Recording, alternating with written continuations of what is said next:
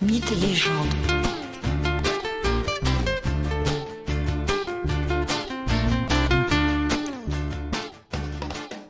Bonjour à tous et bienvenue dans ce nouvel épisode de Mythes et légendes. Aujourd'hui, je vous propose de découvrir la naissance d'un des dieux de l'Olympe, le si particulier et festif Dionysos. Sa naissance, vous allez le voir, est tout à fait étonnante, pleine de péripéties et d'enseignements.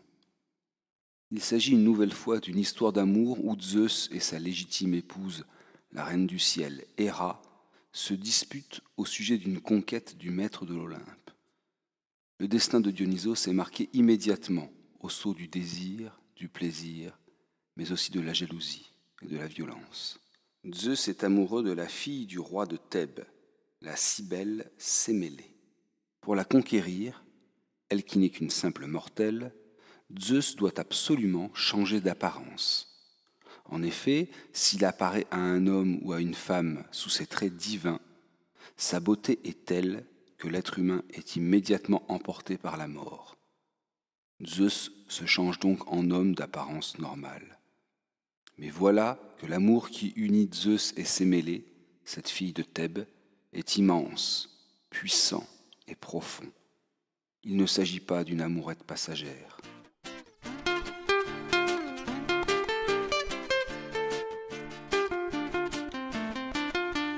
Zeus quitte souvent Héra pour aller retrouver Sémélé. Souvent, bien trop souvent. De tempérament jaloux et brutal, Héra ne supporte pas que son époux le trompe de la sorte.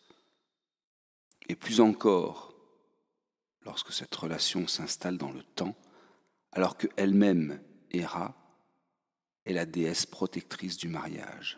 Aussi, elle décide d'intervenir pour interrompre cet amour. La nourrice de Sémélé est une vieille femme qui a toute la confiance de la fille du roi de Thèbes. Pour s'approcher de Sémélé, sans éveiller de doute chez elle, Héra décide de se métamorphoser et de prendre les traits de la nourrice. Sémélé est alors enceinte de 6 mois. Et voilà que Héra, sous l'apparence de la fidèle nourrice, lui dit « Crois-tu vraiment que ton amant est Zeus ? Rien n'est moins sûr. Il se vante de cela. Mais tu n'en as aucune preuve. Demande-lui de te montrer sa véritable apparence, et tu en auras le cœur net. » Sémélé hésite. Mais Héra a semé le doute dans son cœur. Aussi, le soir venu, Sémélé demande à Zeus de se présenter à elle sous ses traits divins. Zeus refuse fermement. Il sait que s'il le fait, Sémélé va mourir immédiatement, incapable de résister à cette vision. Mais Sémélé insiste. Zeus s'entête à refuser. Mais voilà que Sémélé avance un argument fort. « Tu m'as promis, alors que tu venais de me rencontrer, de faire tout ce que je te demanderai. Et tu m'as fait cette promesse sur le Styx, le fleuve des enfers. » Promettre sur le Styx impose à celui qui a fait la promesse de la tenir, sous peine d'être déchu. Zeus n'a donc pas le choix. Après avoir demandé une dernière fois à Sémélé de retirer sa demande, d'y renoncer, Zeus s'exécute et apparaît en majesté divine, éblouissant comme la foudre à sa bien-aimée.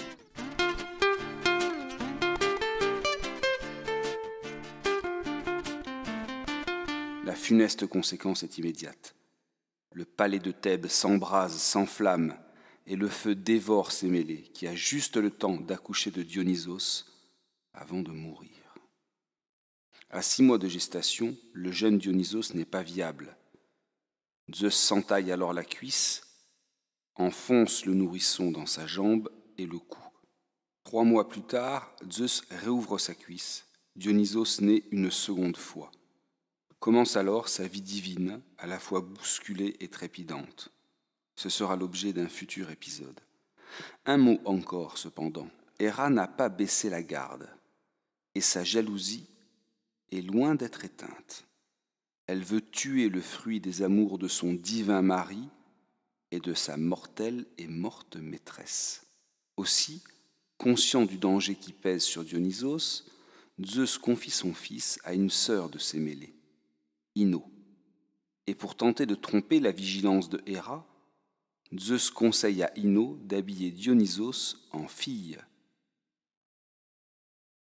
On voit ici s'introduire un des traits majeurs du dieu, Dionysos efféminé, s'adonnant au plaisir de toutes sortes. Mais revenons à la situation du nouveau-né. Héra comprend le stratagème, et pour punir Ino, elle la rend folle. Ino perd la raison. Zeus récupère alors son fils et le confie cette fois aux nymphes et au satyre Silène. Étrange créature que ce Silène, souvent dévoré par l'ivresse, l'alcool, mais aussi doté d'un immense savoir. C'est lui, Silène, qui éduque Dionysos.